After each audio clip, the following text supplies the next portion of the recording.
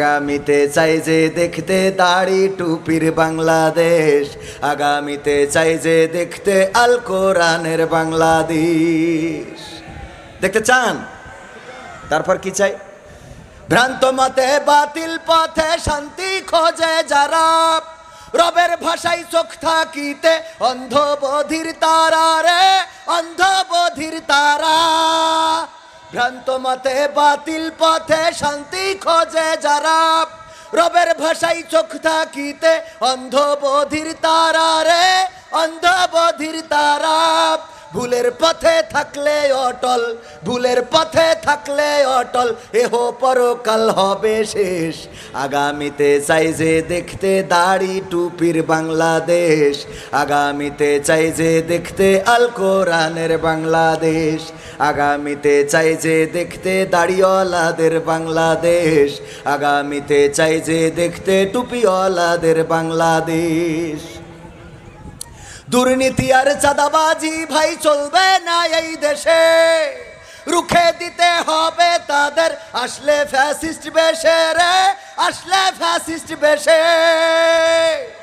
দুর্নীতি আর চাঁদাবাজি ভাই চলবে না এই দেশে, রুখে দিতে হবে তাদের আসলে ফ্যাসিস্ট বেশে রে, আসলে ফ্যাসিস্ট বেশে।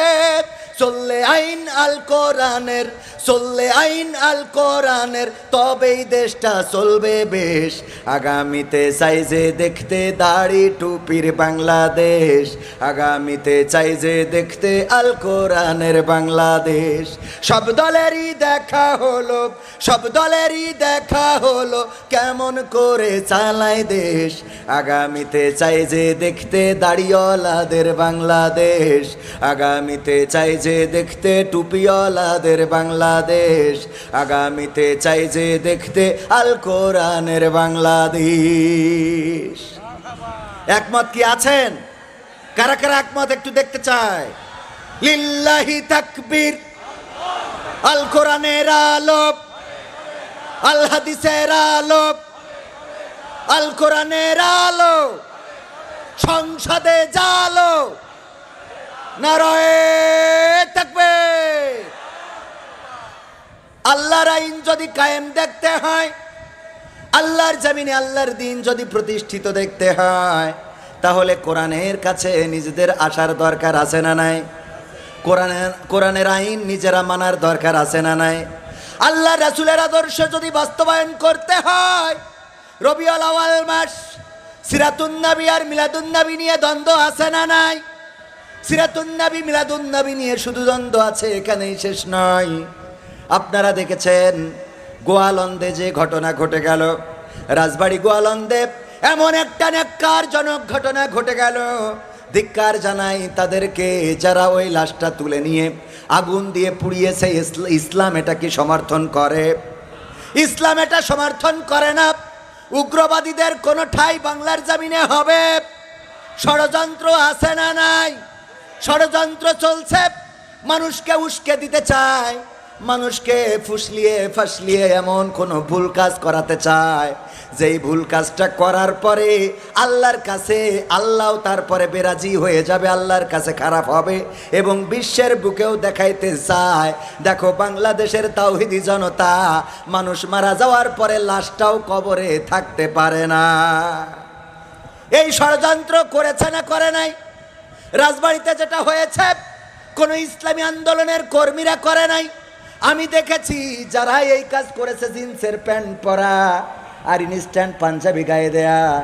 যেই ব্যক্তিটা মারা গিয়েছে সে নিজেকে ইমাম মাহদি দাবি করেছে, বলেন নাউজুবিল্লাহ। সে তার কবরটা মক্কার আদলে তৈরি করেছে, সে তার কবরের পাশে নাকি তাওয়াফ করতে বলেছে, সে তার কবরে উঁচু বেদি তৈরি করেছে। যাই করুক না কেন এইগুলো ভেঙে দেয়া যেতে পারে, এইগুলো মাটির সাথে মিশিয়ে দেয়া যেতে পারে। এই কাজগুলো বন্ধ করার জন্যে আইন প্রশাসন তাদের কাছে জানানো যেতে পারে, গতানুগতিকভাবে আন্দোলনও করা যেতে পারে, কিন্তু কোনো ব্যক্তির লাশ কবর থেকে তুলে নিয়ে পুরানোর ইখতিয়ার আল্লাহ রব্বুল আলামিন এবং তার নবী আমাদের শরীয়তে দেয় নাই। দিয়েছে নাকি? সুতরাং এমন খারাপ কাজ কি করা যাবে? যারা করেছে, অন্যায় করেছে, অপরাধ করেছে, যেই মানুষটা মারা গেল, আল্লাহর কাছে চলে গেল, তার হিসাব নেওয়ার জন্য আল্লাহ যথেষ্ট। বেঁচে থাকতে তাকে কন্ট্রোল করতে পারেন নাই, বেঁচে থাকতে তার কার্যক্রমে বাধা দিতে পারেন নাই, বেঁচে থাকতে তার ওই ভণ্ডের দরবার উঠিয়ে দিতে পারেন নাই। মারা যাওয়ার পরে লাশটারে পুড়াইলেন, যেটা ইসলাম সমর্থন করে না। এমন আবেগী মুসলমান হওয়া যাবে? কথা কয় না, হওয়া যাবে? যদি ইসলামী আন্দোলনের সাথে সম্পর্ক রাখতে চান, যদি কোরআনের সাথে সম্পর্ক রাখতে চান, তাহলে আগে নিজে নামাজি হওয়ার দরকার আছে না নাই? আল্লাহ রাসূলের আদর্শ অনুসরণ যদি করতে চান, সিরাতুন নবী আর মিলাদুন নবী নিয়ে মারামারি করে কোনো লাভ নাই। আল্লাহ নবী সাল্লাল্লাহু আলাইহি ওয়াসাল্লাম ইন্তেকালের সময় বারবার হুঁশ হারান, আবার হুঁশ ফিরে পান, ঘটনা সবার জানা আছে। যেহেতু সিরাতের মাস, আল্লাহর নবীর জন্ম মৃত্যুর মাস, একটু নবীর জীবনী থেকে শুধু মৃত্যুর ঘটনাটা আপনাদের স্মরণ করে দিতে চায়। আল্লাহর নবী হুঁশ হারান, আবার হুঁশ ফিরে পান। আম্মা আয়েশা রাদিয়াল্লাহু তাআলা আনহা পাশে বসা, আল্লাহর নবীর হুঁশ ফেরার পরে বললেন, ওগো আয়েশা, মসজিদে নববীতে নামাজ হচ্ছে নাকি?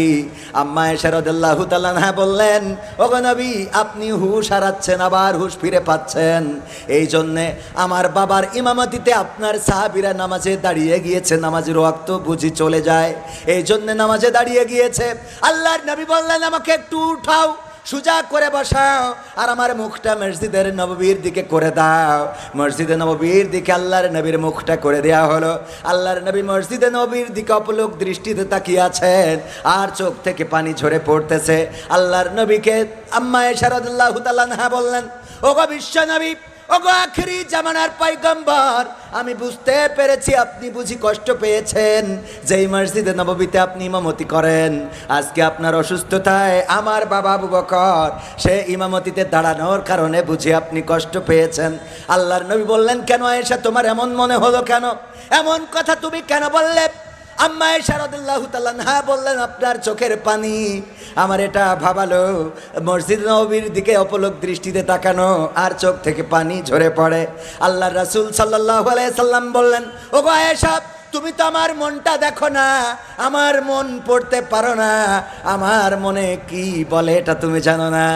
ওগো আয়েশা, আমি মসজিদে নববীর দিকে তাকিয়ে আমার মনে পড়ে গেল, এই নামাজ কায়েম দেখার জন্যে আমি মক্কায় ওই আবু জাহেলের শিকার হয়েছিলাম, আমাকে মেরে রক্তাক্ত করেছে, কপাল ফাটিয়ে দিয়েছে।